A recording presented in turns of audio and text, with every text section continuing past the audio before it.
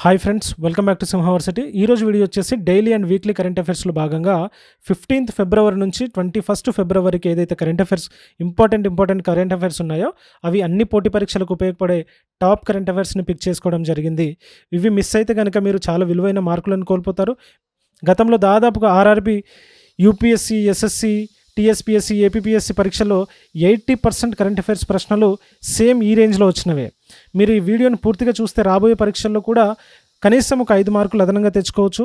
ఈ వీడియోలో అయితే దాదాపుగా నేషనల్, ఇంటర్నేషనల్, ఆ తర్వాత గవర్నమెంట్ స్కీమ్స్, ఆ తర్వాత ఎకనామిక్స్ సంబంధించిన అపాయింట్మెంట్స్ కానివ్వండి, అన్ని పరీక్ష కోణంలో మాత్రమే ఎక్స్ప్లెయిన్ చేయబోతున్నాను. అన్నెసరీ న్యూస్ ఏది తీసుకురాలేదు ఇక్కడ. ఇప్పుడు మొదలు పెడదాం ఈ వారం ముఖ్యమైన కరెంట్ అఫైర్స్తో. ఫస్ట్ హెడ్లైన్ వచ్చేసి no money for terror conference held in Munich అనమాట. మునిచ్ ఎక్కడుంది? జర్మనీలో ఉంది. ఇది ఎన్నో కాన్ఫరెన్స్? 4th conference. మన ఇండియా తరపున శ్రీ నిత్యానంద రాయ్ అనే పర్సన్ డెలిగేట్ చేయడం జరిగింది. అయితే ఇది ఎప్పుడు జరిగిందండి? 13th ఫిబ్రవరి 2025 నాడు జరిగింది. ఇందులో 4 సబ్ వర్టికల్స్ ఉంటాయి. అందులో ఫస్ట్ వన్ వచ్చేసి మనకి మల్టీలాటరల్ కోఆపరేషన్, సెకండ్ వచ్చేసి ఫైనాన్సింగ్ మెథడ్స్ ఫర్ టెర్రరిజము, ఆ థర్డ్ వచ్చేసి financial inclusion risk based approach, and 4th one వచ్చేసి terrorist financing and organised crimes. Okay, ఇవి 4 సబ్ వర్టికల్స్ ఉంటాయి. దీని యొక్క మెయిన్ మోటో ఏంటంటే ఎవరైతే టెర్రరిస్ట్ ఉంటారో ఆ టెర్రరిస్ట్కి మనకి మనీ అనేది ఇవ్వకూడదు అనేది, ఏ ఆర్గనైజేషన్ కానీ ఏ కంట్రీ కానీ మనీ అనేది సప్లై చేయకూడదు, టెర్రరిస్ట్లను ఎంకరేజ్ చేయకూడదు అనేది ఈ యొక్క కాన్ఫరెన్స్ మెయిన్ ఎయిమ్ అనమాట.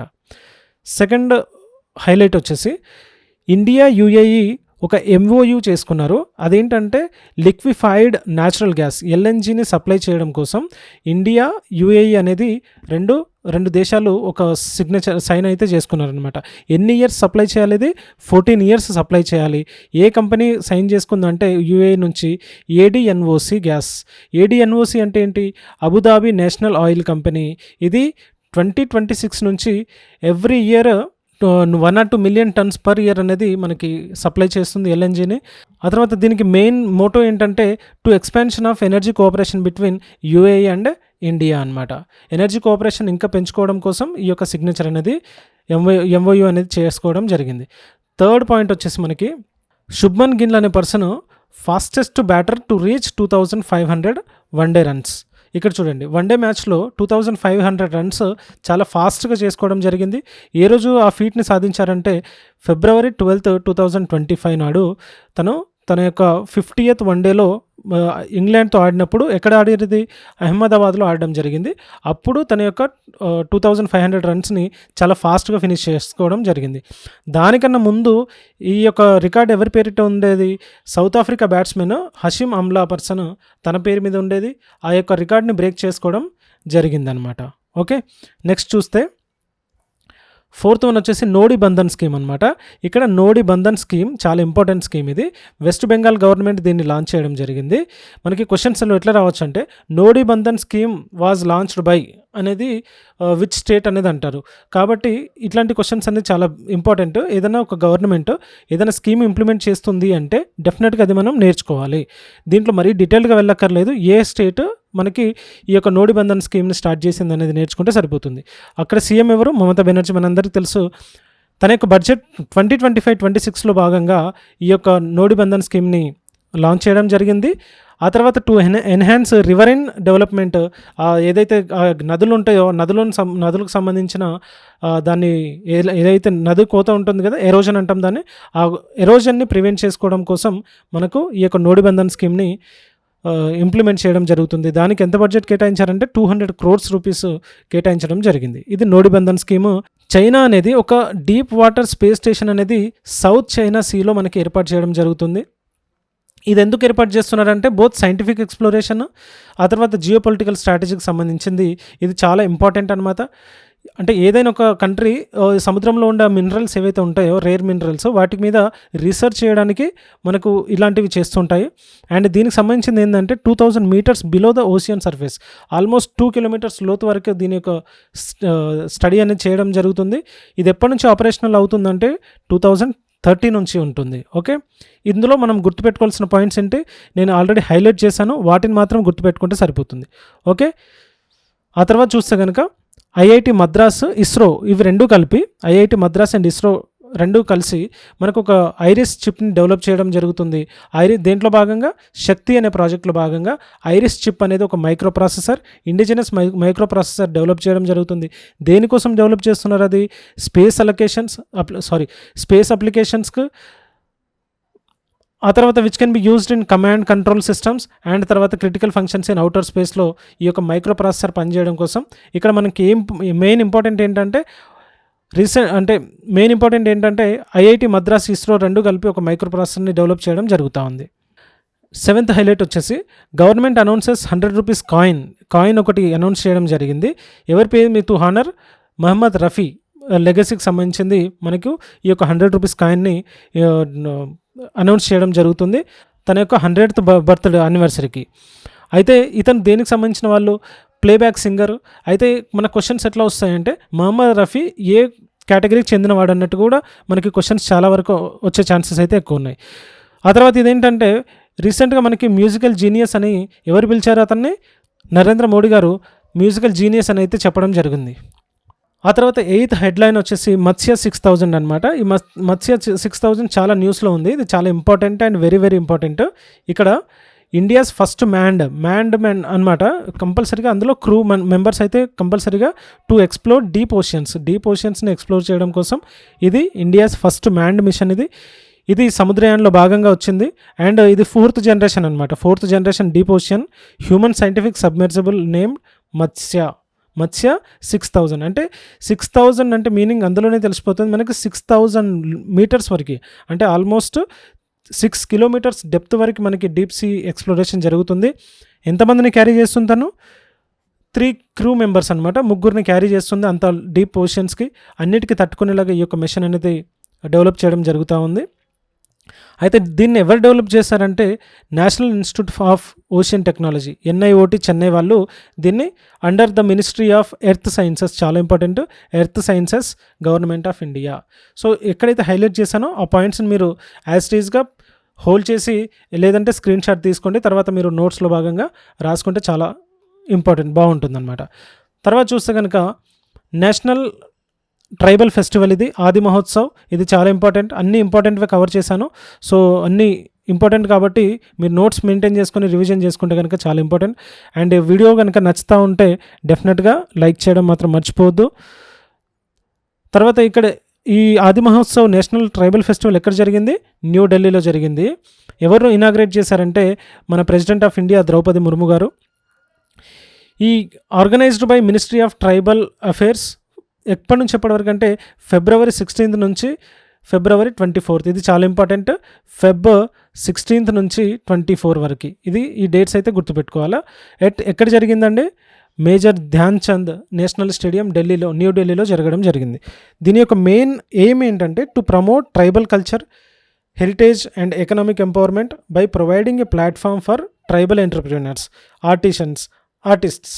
సో ఇక్కడ మనకు మెయిన్ పాయింట్స్ గుర్తుపెట్టుకోవాల్సింది ఏంటి? అది ఎక్కడ జరిగింది, ఎవరు లాంచ్ చేశారు, ఎప్పుడు జరిగింది అండ్ దానికి సంబంధించిన ఎయిమ్ ఏంటి, ఇవి గుర్తుపెట్టుకుంటే సరిపోతుంది అనమాట. నెక్స్ట్ చూస్తే కనుక 10th issue mega global textile event అనేది దాని పేరేంటి? భారత్ టెక్స్ 2025. ఇది ఎప్పుడు జరిగింది? February 14th నుంచి 17th వరకు జరిగింది. చాలా ఇంపార్టెంట్. ఇది ఎన్నో ఎడిషన్ అండి? సెకండ్ ఎడిషన్ ఎక్కడ జరిగింది? భారత్ మండపం న్యూఢిల్లీలో and India expo centre mart greater నోయిడాలో. చాలా ఇంపార్టెంట్. ఇక్కడ నేను ఒకటి రిక్వెస్ట్ చేసి అడిగేది ఏంటంటే ఫస్ట్ ఎడిషన్ ఎక్కడ జరిగిందో కమెంట్ చేయండి. ఫస్ట్ ఎడిషన్ ఎక్కడ జరిగింది, ఎప్పుడు జరిగింది? ఓకే.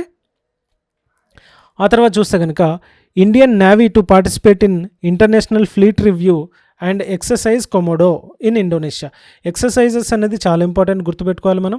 ఎక్సర్సైజ్ కొమోడో అనేది ఇండోనేషియాలో మనకి ఇండియన్ నేవీ అనేది పార్టిసిపేట్ చేయడం జరిగింది.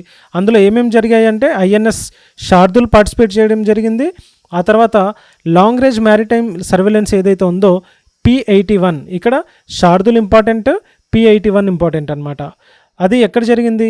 ఇండోనేషియాలోని బాలిలో జరగడం జరిగింది. To participate international fleet review 2025 from February 15 నుంచి February 22, 2025. ఓకే, ఇది. అండ్ 12th పాయింట్ వచ్చేసి ఇక్కడ 395th birth anniversary of Shivaji Maharaj celebrated February 19th. Every year మనం February 19th రోజు శివాజీ మహారాజ్ గారి బర్త్డే సెలబ్రేట్ చేసుకుంటాము. దాంతోపాటు మనం third day of Hindu calendar ఏదైతే ఫాల్గుణ మంత్ ఉంటుందో అప్పుడు కూడా మనకి third day of Hindu calendar ఫాల్గుణ మంత్లో మనం తన యొక్క బర్త్డేని సెలబ్రేట్ చేసుకోవడం జరుగుతూ ఉంది. ఆ తర్వాత 13th మెయిన్ ఇంపార్టెంట్ ఏంటంటే Manu Bhaker named BBC Indian sports women of the year. చాలా ఇంపార్టెంట్ ఇది. BBC Indian sports women of the year ఎవరు అంటే మను బాకర్. ఇక్కడ చూస్తే కనుక February 19th రోజు జరిగింది ఇది న్యూఢిల్లీలో.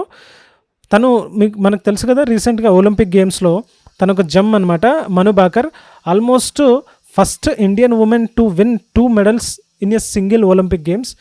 తను దేనికి ఫేమస్, ఏదైతే పిస్టల్ షూటర్ ఉంటుందో తను 22 years ఓల్డ్ గర్ల్ పిస్టల్ షూటర్లో తను ఎక్స్పర్ట్ అనమాట. Okay, so BBC Indian sports women of the year 2024లో తనకు ఆ అవార్డు అయితే వచ్చిందనమాట. తర్వాత చూసుకుంటే కనుక world day of social justice is observed on 20th February 2025. World day of social justice ఏదైతే ఉందో అదొక ఇంటర్నేషనల్ డే. అది దేనికి, need to promote social justice అనమాట.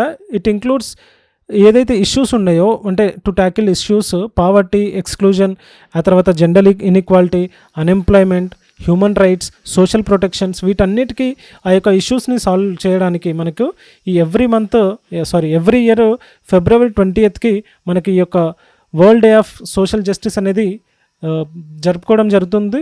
ఆ తర్వాత ఫస్ట్ అబ్జర్వ్డ్ ఎప్పుడు అనుకున్నామంటే 2009 నుంచి సెలబ్రేట్ చేస్తున్నాం. అయితే ఇక్కడ మెయిన్ ఇంపార్టెంట్ ఏంటంటే థీమ్స్ అనేది చాలా ఇంపార్టెంట్. థీమ్ ఆఫ్ 2025కి empowering inclusion, bridging gaps for social justice అనమాట. ఓకే, ఇది చాలా ఇంపార్టెంట్.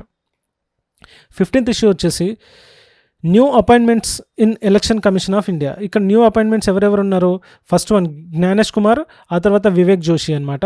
సో వీళ్ళిద్దరూ రీసెంట్గా అపాయింట్ చేయడం జరిగింది. ఎవరు అపాయింట్ చేస్తారు వీళ్ళని, ప్రెసిడెంట్ ఆఫ్ ఇండియా అపాయింట్ చేయడం జరుగుతుంది. దీనికి అపాయింట్మెంట్ కమిటీస్, సెలక్షన్ కమిటీస్ అవన్నీ ఉంటాయి. ఇవన్నీ ఇక్కడ డిస్కస్ చేయను.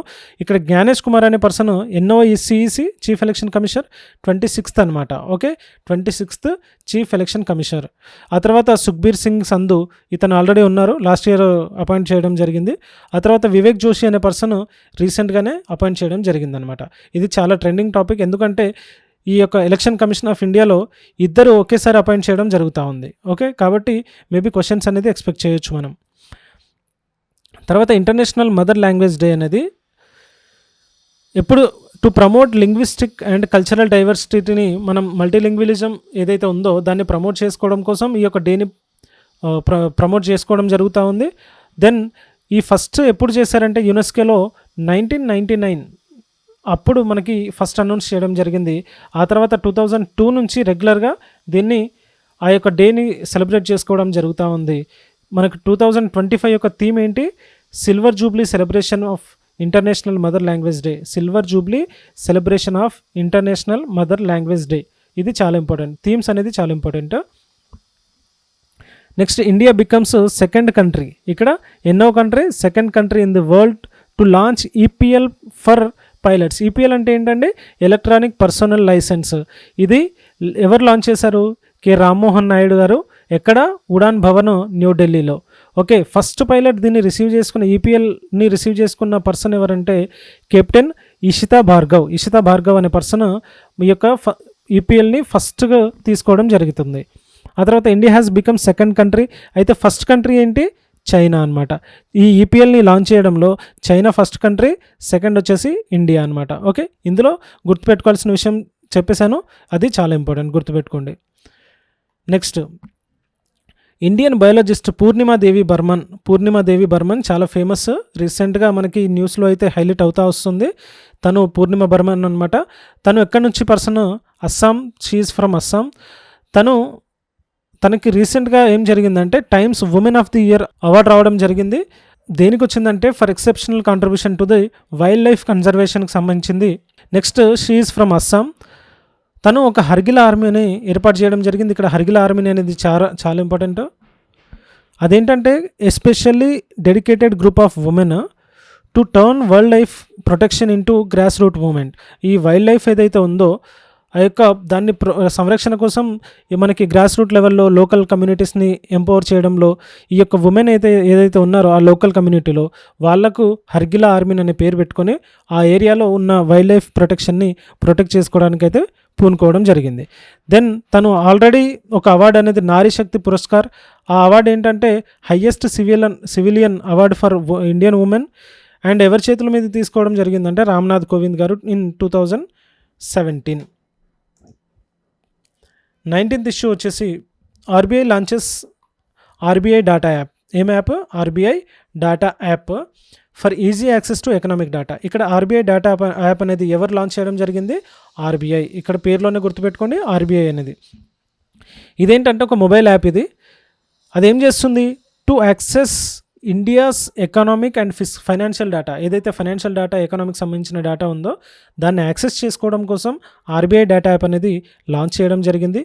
ఇందులో ఏంటి ఫీచర్స్ ఏంటంటే టు ఇంటరాక్టివ్ చార్ట్స్ ఉంటాయి, డేటాని డౌన్లోడ్ చేసుకోవచ్చు, బ్యాంకింగ్ లొకేటర్స్ ఎక్కడెక్కడ బ్యాంక్స్ ఉన్నాయి అది లొకేట్ చేసుకోవచ్చు, రియల్ టైం అప్డేట్స్ ఏమున్నాయి, రెపో రేట్ కానీ రివర్స్ రెపో రేట్ కానీ బ్యాంక్ రేట్స్ కానీ ఇవన్నీ ఎంత ఉన్నాయి, ప్రజెంట్ రేట్ ఎంత ఉంది, ఇవన్నీ ఆర్బీఐకి సంబంధించిన బ్యాంక్కి సంబంధించిన డీటెయిల్స్ అన్నీ ఈ యొక్క ఆర్బీఐ డేటా యాప్లో మనం తీసుకోవచ్చు. And insights of SAARC countries యొక్క ఎకనామీస్ని కూడా మనం ఇక్కడ తెలుసుకోవచ్చు. అండ్ లాస్ట్ ఇక్కడ మనకు వచ్చేసి 20th ఇష్యూ వచ్చేసి ఇనాగ్రల్ సౌల్. ఇది చాలా ఇంపార్టెంట్. సౌల్ అంటే ఏంటి? School of ultimate leadership. Saul అంటే ఏంటి? స్కూల్ ఆఫ్ అల్టిమేట్ లీడర్షిప్ అనమాట. ఎక్కడ జరిగింది ఇది? న్యూఢిల్లీలో జరగడం జరిగింది. ఎవరు లాంచ్ చేశారు ఇది? మన యొక్క పిఎం నరేంద్ర మోడీ గారు. ఇది ఫస్ట్ ఎడిషన్ ఇది ఎక్కడ జరిగిందంటే న్యూఢిల్లీలో భారత్ మండపంలో జరిగింది 21st February 2025 నాడు. అయితే దీనికి మన యొక్క Bhutan prime minister Dasho Tshering Tobgay also delivered keynote address. తను కూడా ఇవ్వడం జరిగింది. ఈ యొక్క సౌల్ యొక్క హెడ్ క్వార్టర్ ఎక్కడ ఉందంటే గిఫ్ట్ సిటీ అంటే ఏంటి? Gujarat international financial tech city in Gandhinagar గుజరాత్లో ఉంది. మన క్వశ్చన్స్ వీటిలో ఎక్కడి నుంచైనా అడగొచ్చు. సౌల్ని ఎవరు లాంచ్ చేశారు, ఆ తర్వాత సౌల్లో భాగంగా ఎవరు పార్టిసిపేట్ చేయడం జరిగింది, సౌల్ యొక్క హెడ్ క్వార్టర్స్ ఎక్కడ ఉంది, అసలు సౌల్ అంటే ఏంటి అనేది కూడా మనకు క్వశ్చన్స్లో భాగంగా వస్తాయి. ఫ్రెండ్స్ నచ్చిందా? డెఫినెట్గా లైక్ చేయండి. సబ్స్క్రైబ్ చేసుకునే వాళ్ళైతే 100% సబ్స్క్రైబ్ చేసుకోండి. ఈ వీడియో మీకు 100% ఉపయోగపడుతుందని నమ్ముతున్నాను. మీ ఫ్రెండ్స్ ఫ్యామిలీ మెంబర్స్ అందరికీ షేర్ చేయండి. మీకు ఏమైనా డౌట్స్ ఉంటే డెఫినెట్గా కమెంట్లో మెన్షన్ చేయండి. ప్రతి ఒక్క దానికి నేను రిప్లై ఇవ్వడానికి అయితే సిద్ధంగా ఉన్నాను. ఓకే, నెక్స్ట్ వీడియోతో మళ్ళీ కలుద్దాం. Until then take care. Bye.